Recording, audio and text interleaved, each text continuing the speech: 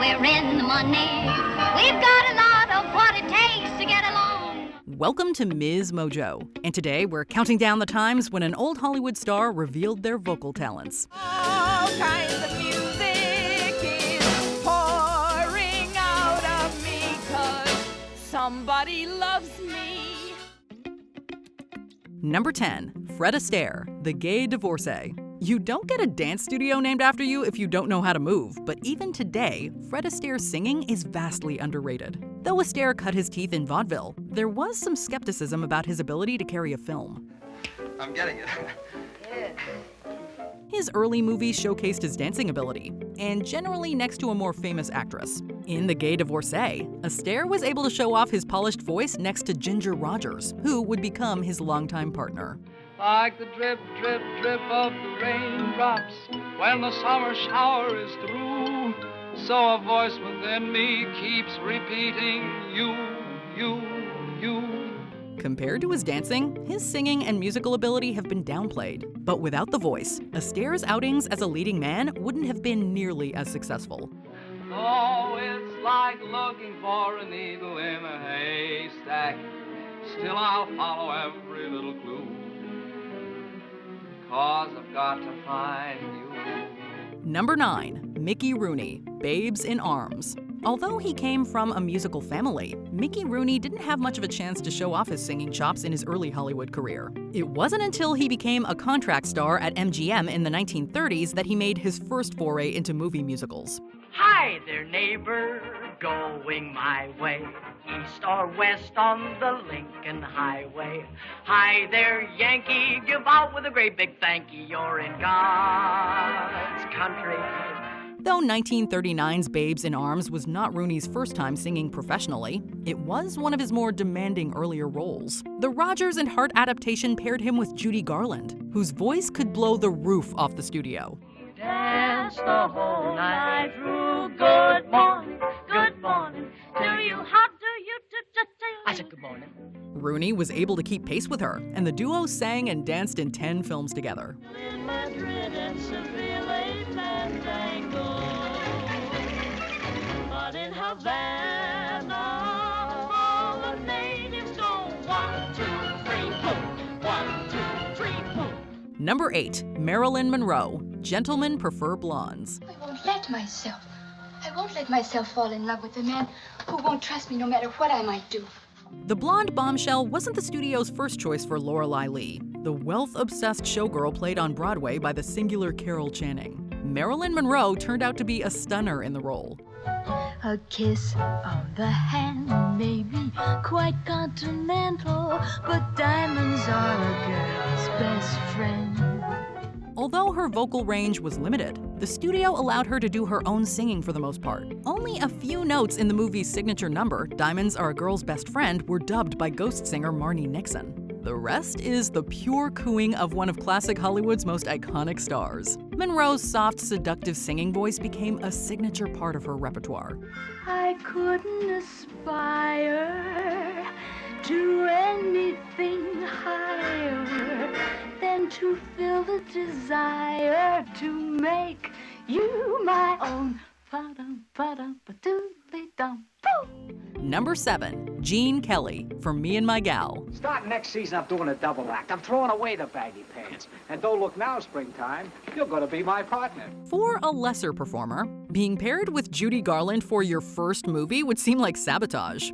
Few people in 1942 had any idea what to expect from MGM's new male lead. After all, Gene Kelly had done great work on Broadway, but even that was mostly as a dancer and choreographer. In For Me and My Gal, Kelly more than held his own. The bells are ringing for me and my gal. He won over his co-star and audiences with his velvety smooth tenor and renowned dancing skills. Though his contributions to dance are more celebrated, his skills as a vocalist cannot be ignored. The turkey trot, the bunny hug, the tingle in tow will be forgotten when we start to go. Number 6, Angela Lansbury, Mame. Nobody had ever seen Angela Lansbury on stage, singing, dancing, playing a leading role. and they didn't know whether I could do it. Looking back, it's kind of amazing that Angela Lansbury became one of musical theater's leading ladies. Her distinctive voice was apparently not appreciated by her home studio, MGM. Her voice was dubbed over in the 1946 film The Harvey Girls. Look, we're minding our own business, so suppose you stick to your own profession. Our profession is entertainment, see? After over a decade of working in Hollywood, London-born Angela Lansbury began making more frequent appearances on stage. Though not her first musical, Lansbury's success in the Broadway adaptation of the novel Auntie-Mame opened up an entirely new career path for her. Whenever they say you're slightly unconventional, just put your thumb up to your nose and show them how to dance to a new rhythm, whistle a new song. For powering through the show's songs of happiness and cheeky joie de vivre, Lansbury was awarded the Tony Award for Best Leading Actress in a Musical. Number 5, Shirley McLean, Sweet Charity. I'm a brass band, I'm a harpsichord, I'm a clarinet. Filling in for the titular role stage star Gwen Verdon, Shirley MacLaine's dancing talent was put to good use in the big screen version of Sweet Charity. In the role of taxi dancer Charity Valentine, she could also showcase her vocal ability. I'm gonna get up, I'm gonna get up, I'm gonna get up, live it! Considering the actress basically got her start singing and dancing in Broadway's The Pajama Game, it's a wonder it took Hollywood so long to catch on. While she had demonstrated time and again her talent for dance, her singing voice was used mostly to comic effect in movies like Can-Can and Some Came Running. When audiences finally got to hear her in full voice, it was a pleasant surprise. What a build-up, holy cow! They'd never believe it if my friends could see me now! Number 4, Audrey Hepburn, Funny Face. My Fair Lady is a classic movie musical, but most audiences know Audrey Hepburn wasn't doing a lot of her own singing. One day you'll be famous, or be proper and prim. Go to St. James so often I will call it St. Jim. Aside from a moment in 1954's Sabrina, Audrey Hepburn was given few opportunities to sing on screen. While her fire escape rendition of Moon River in Breakfast at Tiffany's is a defining moment of her career, the first time audiences were really treated to her singing in a musical was in the 1957 film Funny Face. I know how Columbus felt, finding another world. Hepburn stars as a timid bookseller discovered by a fashion photographer, played by Fred Astaire. She sings her own songs, and while she's not a powerhouse vocalist, her sweet voice matches her charm. It's all in the know-how, and once you know, oh how, the world looks good to you, as it should to you. Number 3, Rita Moreno, West Side Story. Lots of new housing with more space. Lots of doors slamming in our face. I'll get a terrace apartment. Better get rid of your accent. Like many Golden Age performers, Rita Moreno's early performances in musicals were dubbed by other singers. This continued up until 1961, when she appeared to great acclaim in West Side Story. I like the island Manhattan. I know you do.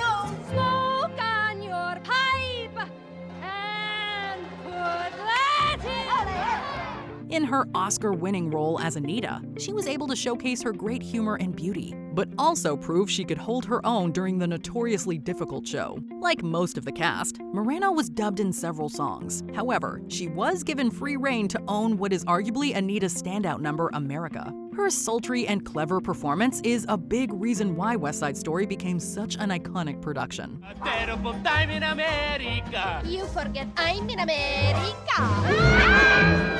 Number 2, Ginger Rogers, Gold Diggers of 1933. Gone are my blues and gone are my tears. I've got good news to shout in your ear. Audiences already knew she could crack wise with the best of them. However, it wouldn't be until Gold Diggers of 1933 that Ginger Rogers really got the chance to anchor her own number on screen. Here way in hay the honey may. Here way in hay the honey may.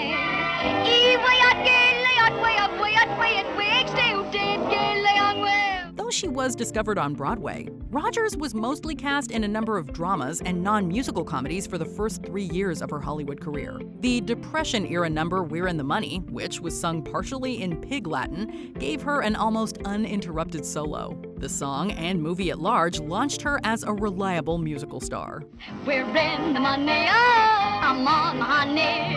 Let's let it, spend it, send it, rolling around. Before we continue, be sure to subscribe to our channel and ring the bell to get notified about our latest videos. You have the option to be notified for occasional videos or all of them. If you're on your phone, make sure you go into your settings and switch on notifications. Number 1. James Kagney, Yankee Doodle Dandy. Despite getting his start in vaudeville variety shows, James Kagney suffered from the same affliction many actors have suffered: typecasting. We'll make this whole theatrical business sit up and holler for help. That's what we'll do. They'll all hear from us, every one of them. They'll all hear from us. After stellar performances in crime films like The Public Enemy and Angels with Dirty Faces, general audiences probably wouldn't have pegged him as a musical comedy guy. But in Yankee Doodle Dandy, he played George M. Cohan, the ultimate song and dance man. Yankee Doodle, do or die, a real-life nephew of my Uncle Sam, born on the 4th of July.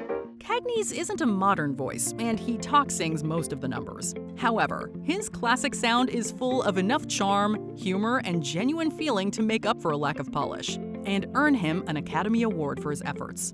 Give my regards to old Broadway and say that I'll be there ere long. Which of these old Hollywood voices surprised you the most? Let us know in the comments. When they parlez-vous me, then I gotta confess that's for me. Bonjour, Paris. Do you agree with our picks? Check out this other recent clip from MsMojo. And be sure to subscribe and ring the bell to be notified about our latest videos.